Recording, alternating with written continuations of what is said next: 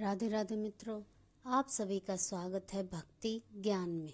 और आज हम बात कर रहे हैं एकादशी के बारे में, और वो है निर्जला एकादशी। आखिर है कब ये निर्जला एकादशी? तो ये एकादशी है 18 जून 2024 और दिन है मंगलवार, और इसलिए ये बहुत ही शुभ दिन पर पड़ रही है और अपने आप में ये सबसे बड़ी एकादशी होती है। तो आज हम इसकी व्रत कथा के बारे में चर्चा करेंगे।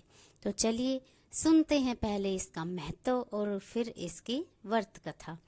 तो इसका महत्व ये है कि एक बार 5 पांडव, श्री कृष्ण जी और वेद व्यास जी की आपस में चर्चा चल रही थी कि हमें कैसे एकादशियों का व्रत करना चाहिए, कैसे उसका पालन करना चाहिए।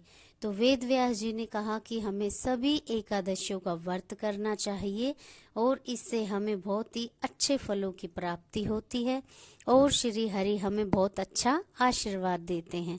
तो भीम जी कहते हैं कि माता कुंती और मेरे सारे भाई तो ये व्रत कर लेते हैं, लेकिन मुनिवर मुझसे बिना भूखे बिना पानी के रहा नहीं जाता, इसलिए मैं कोई भी एकादशी व्रत नहीं कर सकता। इसलिए आप मुझे कोई ऐसा व्रत बताओ जिसमें पूरे साल भर का फल मुझे मिले और मैं एक ही बार व्रत कर सकूं।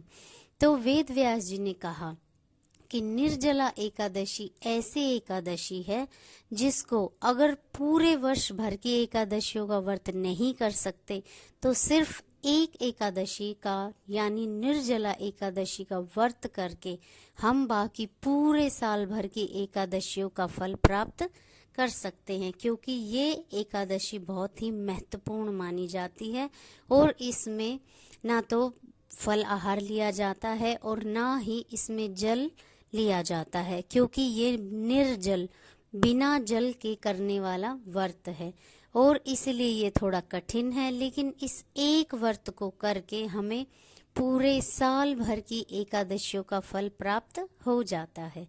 तो चलिए सुनते हैं अब इस व्रत की कथा।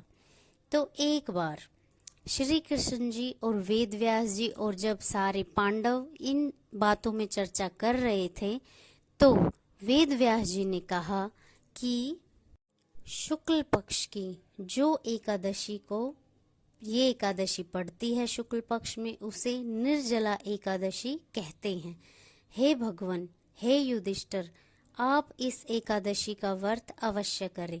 तो श्री कृष्ण जी कहते हैं कि राजन, इसका वर्णन आप वेद व्यास जी हमें बताइए, इसका वेदों में और शास्त्रों में क्या विद्वान है। तब वेद व्यास जी कहने लगे, कृष्ण, शुक्ल पक्ष की एकादशी में अन्न खाना वर्जित है। द्वादशी को स्नान करके पवित्र होकर फूलों से भगवान केशव की पूजा करे, फिर पहले ब्राह्मणों को भोजन देकर अंत में स्वयं भोजन करे। यह सुनकर भीमसेन बोले, परम विद्वान पितामह, मेरी उत्तम बात सुनिए। राजा युधिष्ठिर, माता कुंती, द्रौपदी, अर्जुन, नकुल, सहदेव ये सभी एकादशी को भोजन नहीं करते तथा मुझे भी हमेशा यही कहते हैं कि भीमसेन, एकादशी को तुम भी न खाया करो, परंतु मैं उन लोगों की तरह भूखा नहीं रह सकता, मुझसे भूख सहन नहीं होती। तो भीमसेन की बात सुनकर व्यास जी ने कहा, यदि तुम नरक को जाना चाहते हो और स्वर्ग लोक को चाहते हो तो दोनों पक्षों की एकादशियों के दिन भोजन तुम्हें नहीं करना चाहिए। भीमसेन बोले कि बुद्धिमान पितामह, मैं आपके सामने सच कहता हूँ, मुझे एक भी मुझसे व्रत नहीं किया जाता, क्योंकि मैं भूखा और प्यासा नहीं रह सकता और मैं जब बहुत अधिक खाना खाता हूँ जब ही मैं शांत रहता हूँ। इसलिए हे मुनिवर, मुझे ऐसे व्रत का वो बताइए फल जो मैं कर सकूं और पूरे साल भर का एक ही से फल प्राप्त कर सकूं। तब वेद व्यास जी कहते हैं कि तुम्हारा कल्याण होगा, तुम निर्जला एकादशी व्रत करो जिससे तुम्हें पूरे साल भर की एकादशियों का व्रत का फल मिलेगा। तो इसको करना कैसे है? एकादशी को सूर्योदय से लेकर दूसरे दिन के सूर्योदय तक मनुष्य जल का त्याग करता है तो उसका व्रत पूर्ण होता है।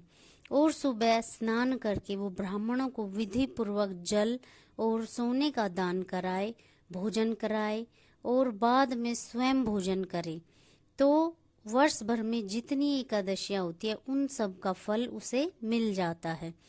और उनका निसंदेह शंख, चक्र, गदा धारण करने वाले भगवान केशव का वो पूजन करें और उनका पूजन करे, उनका सत्संग करे, उनका रात्रि में जाग कर जागरण करे तो मनुष्य सभी पापों से छूट जाता है। और इस व्रत को धारण करने वाले व्यक्ति को ना दिन में सोना चाहिए, उसे झूठ नहीं बोलना चाहिए, उसे किसी की निंदा चुगली से बचना चाहिए और भगवान का जागरण करना चाहिए और श्री हरि विष्णु का नाम लेते रहना चाहिए और मंदिर में जल से भरे घड़े उसे दान करने चाहिए।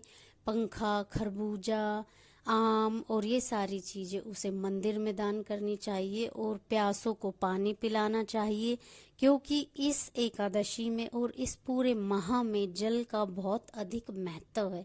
इसलिए आप जितना अन्न का, जितना जल का, ज्यादा से ज्यादा जल का दान करेंगे उतना ही अच्छा माना जाता है। इसलिए हे भीमसेन, आप इस व्रत को करें और जल का दान करें और भूखे प्यासों को पानी पिलाएं तो आपको पूरे साल भर की एकादशियों का फल प्राप्त हो जाएगा। तो इसलिए इस एकादशी को भीमसेनी एकादशी या पांडव एकादशी के नाम से भी जाना जाता है। तो इसलिए ये निर्जला एकादशी बहुत ही महत्वपूर्ण है और ये थी हमारी एकादशी निर्जला व्रत की कथा। तो जिस दिन आप व्रत करें ये कथा अवश्य सुने, इससे आपके सारे पापों का नाश होता है। राधे राधे मित्रों।